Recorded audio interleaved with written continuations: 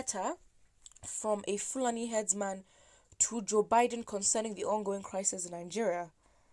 And it reads, "Good day, Mr. President. I write this letter to you concerning the ongoing crisis in Nigeria. Sir, as the President of America, I know you have the power to make useful declarations whenever the need arises. Sir, Nigerians are in need of a quick solution to ongoing Fulani herdsmen crisis in the country.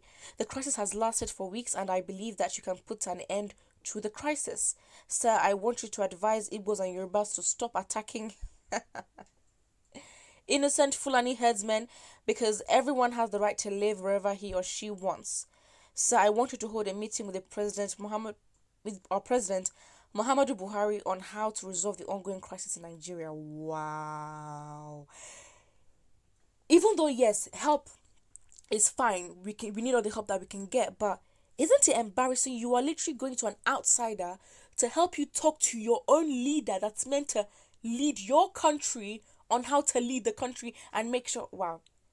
Embarrassing. Let's continue. It says, "Sir, Fulani herdsmen don't deserve to be marginalized in Nigeria because they are good people." No one said they're bad people, first of all.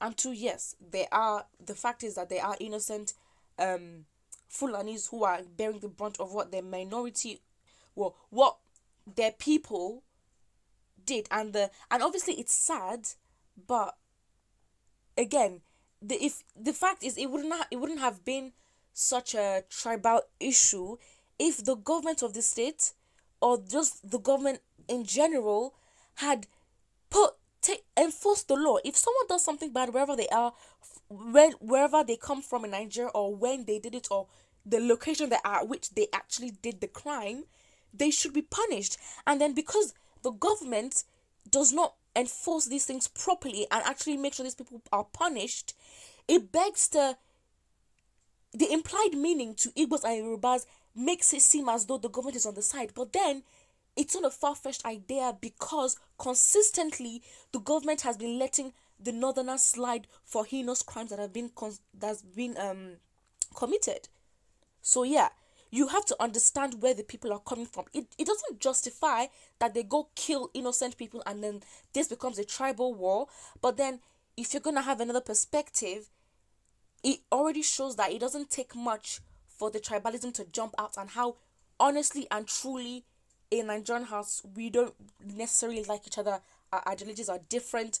There's that disparity. Knowing where we come from, present Nigerians may not understand, but then the resentment of how we got our independence and all that might have been passed from generation to generation, and of course building this idea of who these people are. Of course it's bad.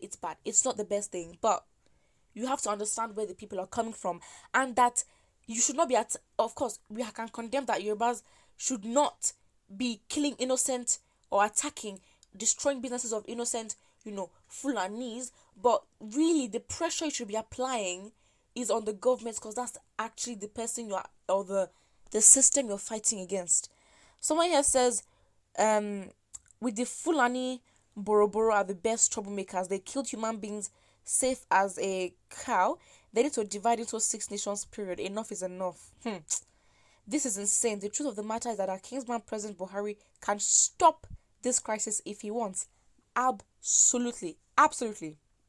He just has to call the Fulani herdsmen to stop grazing on farmlands, raping women, and killing innocent Nigerians. Exactly. He has the power. He has the say. What he says goes. So why has he not for so long?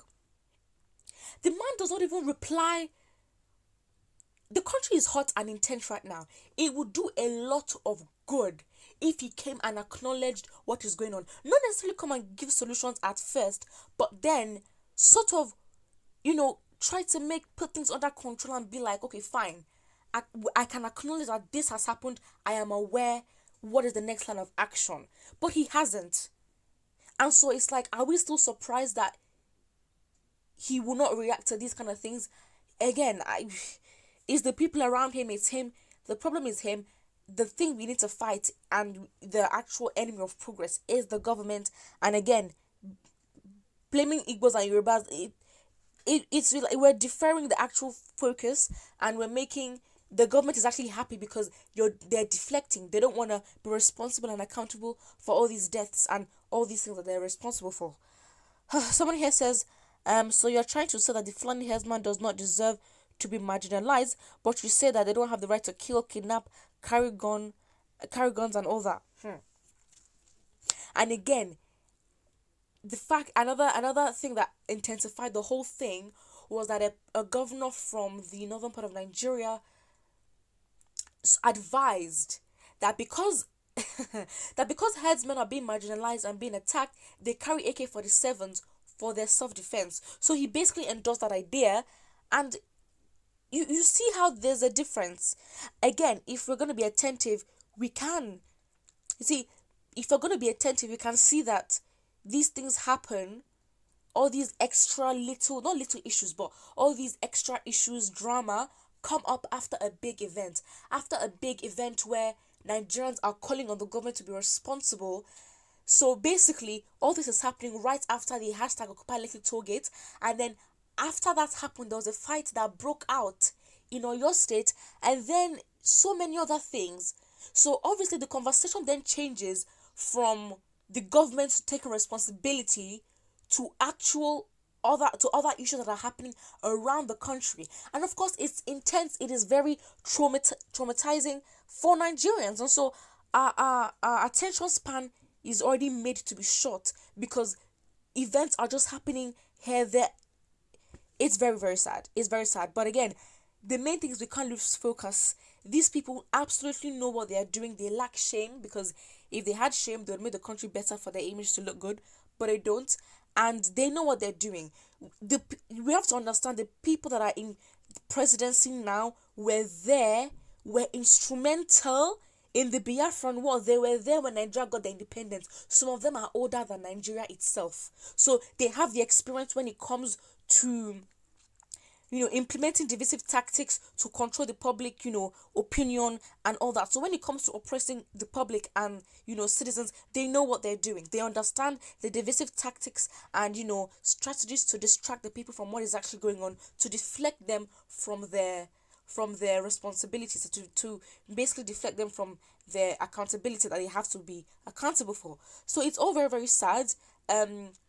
Originally, I don't think Nigeria was not a democracy. Things change along the line, but yeah.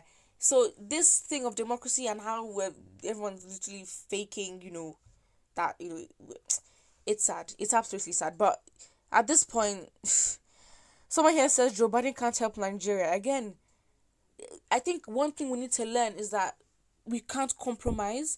I know we need help at this point. Yes, we do need help, but then we need to be strategic about our help that will not put us under bondage in the future, where we're now tied to allegiance to somebody. It's bad, because now we're facing all these problems now, because technically we can understand, the Igbos and Yorubas compromised their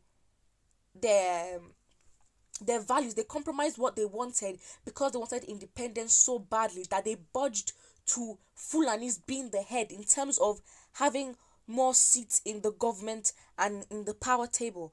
Of course, we understand context. We were colonized and we were basically very desperate to make sure that we were not under the hands of the Fulani. But then the British didn't have to do much work because they were working indirectly through the Fulanis. And so by the Fulanis being in government, indirectly the British was as well. So again, if we're going to be asking for help, it's better to help ourselves. That's just the best thing. But then if we're going to be asking for help, we need to be careful not to budge or compromise, because again, our future generations will be paying for what our compromise was.